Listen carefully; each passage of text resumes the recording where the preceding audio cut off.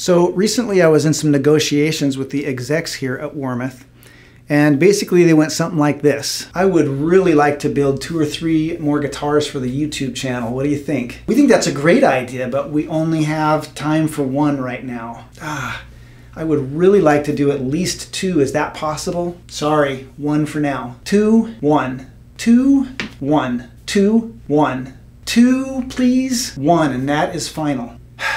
All right, fine, but I would like to build a double neck. Fine.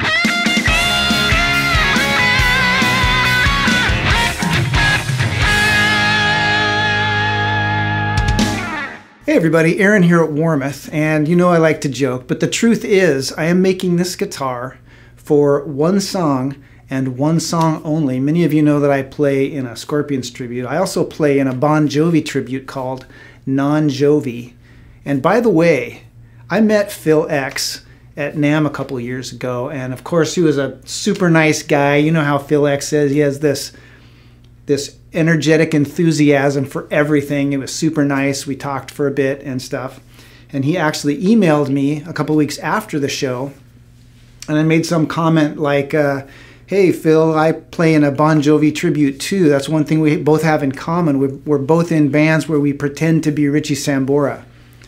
And he never responded to me after that. So in my mind, I pissed him off, and he's furious with me to this day. So Phil X, if you're watching this, email me again and say something nice, please, because then I'll know that we're still friends. Anyway, when you play in a Bon Jovi tribute, there's this one particular song where you have to switch between a 12-string and a 6-string really fast. You know which song it is. And so I'm building this guitar to play that one song. Up until now, I've always used my, I have a Taylor acoustic 12-string, and I put it on one of those walk-up stands, you know, where you leave your electric guitar on, and then you can walk up to the stand and kind of reach over and play the 12-string, and then you just let go and go to the electric when the solo kicks in. But it's kind of awkward, you know, your arms are reached around like that, and you're pinned to one place on the stage where the stand is. And by the way, can I just say, I know this is another tangent. If you watch the channel regularly, you know that tangents are kind of my jam. But those walk-up stands are like the biggest ripoff in the entire stand world. They're like $300, and all it is a basic tripod stand with a little attachment at the top that's curved so your guitar fits on it. But if you need a walk-up stand, there's only one company that makes them, and you have no other choice. And it just fills me with rage every time I think about it. But anyway, I'm making this guitar for that one song. And of course, you know, having that double neck look on stage is very Bon Jovi, so I'm making it for the visual appeal, but I'm also making it so that I'm not pinned to one place so that I can walk around while I play. All right, so you're probably like, okay, enough yapping, let's get to the parts. So I'm gonna start with the body. Here is the body. This is a Warmoth double neck SS body. And as I go through all of these options, you're gonna be like, well, that's weird. Why are you doing that? But again, I'm making this guitar for one song. I don't need a Swiss Army knife. I don't need all kinds of different pickup configurations and tonal options. I need it to play one song. So the body here is made of alder, and you can see that I went with double swimming pool routes. And I did that because I want it to be as light as possible. A double neck is going to be pretty heavy by default. And even though I'm only holding it for one song, why have a heavy guitar when you don't need it? So double swimming pool routes, of course you can see it's tobacco burst because all other bursts are inferior. Shout out Team Tobacco Burst.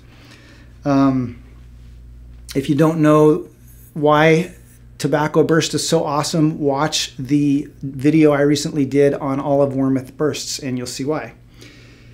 What else? I went with 2 hardtail bridges. I don't need a tremolo for this song. And the body is kind of on the light side for a double neck. I would guess that it's probably 7 pounds, maybe. On the back, you can see I've already had the ferrules installed, so I'm good to go there. And yeah, that's the body. Here's the pick guard that I chose, and you can see I got one humbucker for the 6-string neck. I don't need a neck humbucker or any other kind of stuff.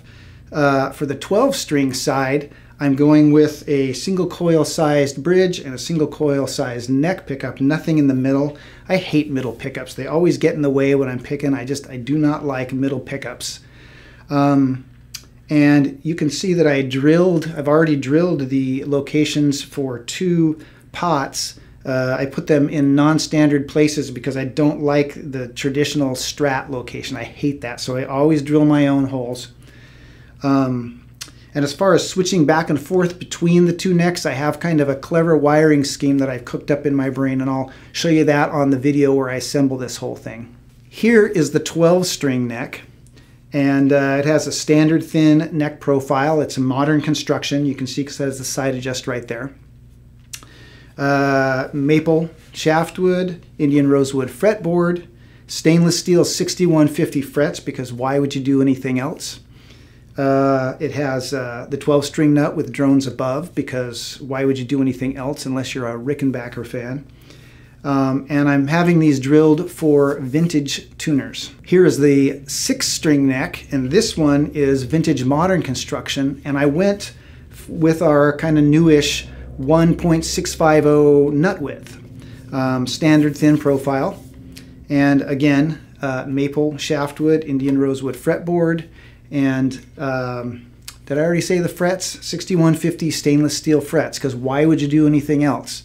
Stainless steel frets are just a $25 upcharge, and it's a no-brainer as far as I'm concerned. For the pickups, I'm going with the tried and true Seymour Duncan JB in the bridge of the 6-string neck, and then in the bridge and neck positions of the 12-string side, I'm going with Seymour Duncan cool rails. I just don't like single coil pickups that much.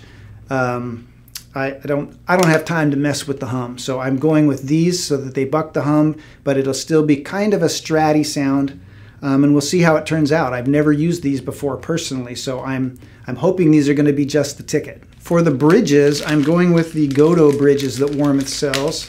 This is the 12-string bridge, and this is the Godot hardtail Strat bridge with the narrow string spacing. I'm going with the narrow string spacing so that I can just use a standard Seymour Duncan JB with the narrower pull spacing, and it'll just buy me a little extra space up and down the edges of the fretboard so that there's no danger of the strings slipping off the edge of the fretboard. For the tuners, I decided to go with 3 sets of the Godot vintage style tuners. And I went with those because locking tuners are really heavy. Again, this guitar is going to be heavy enough as it is. So these will be the lightest option, and they're pretty easy to string. If you have these vintage style tuners, they're almost as easy to string as locking tuners. You can just put the end down that hole that's in the center of the shaft, and they're almost as good as locking tuners. So when you hold 3 sets of these, it gets a little heavy, but we'll see how heavy this thing is when I'm all done. And then I just got assorted other parts in my bin of parts here. I'm going to go with PRS pots because I like them. I got neck plates and neck plate pads. Going with cream volume and tone knobs. Of course, the 5-way selector switch. Strat input jack, you know, just all the usual stuff from here on out. And then I have a couple sheets of the copper foil that we sell to line the cavities for maximum quiet operation. It's not really necessary with humbucking pickups, but what the heck. And that is the double neck guitar that I am building for one song and one song only. If you have any questions about any of these parts, make sure and check out our website or give our customer service reps a call. I don't know how quickly I'm going to be able to get to these other videos. We have Christmas coming right up, and so we're going to be taking some time off to spend with our families, of course. But I am really anxious to start putting this thing together, and I'm going to take you on the whole journey. We're going to do another video putting the thing together, and then a third video to play it and do a sound test. So until then, enjoy the holidays and keep on picking.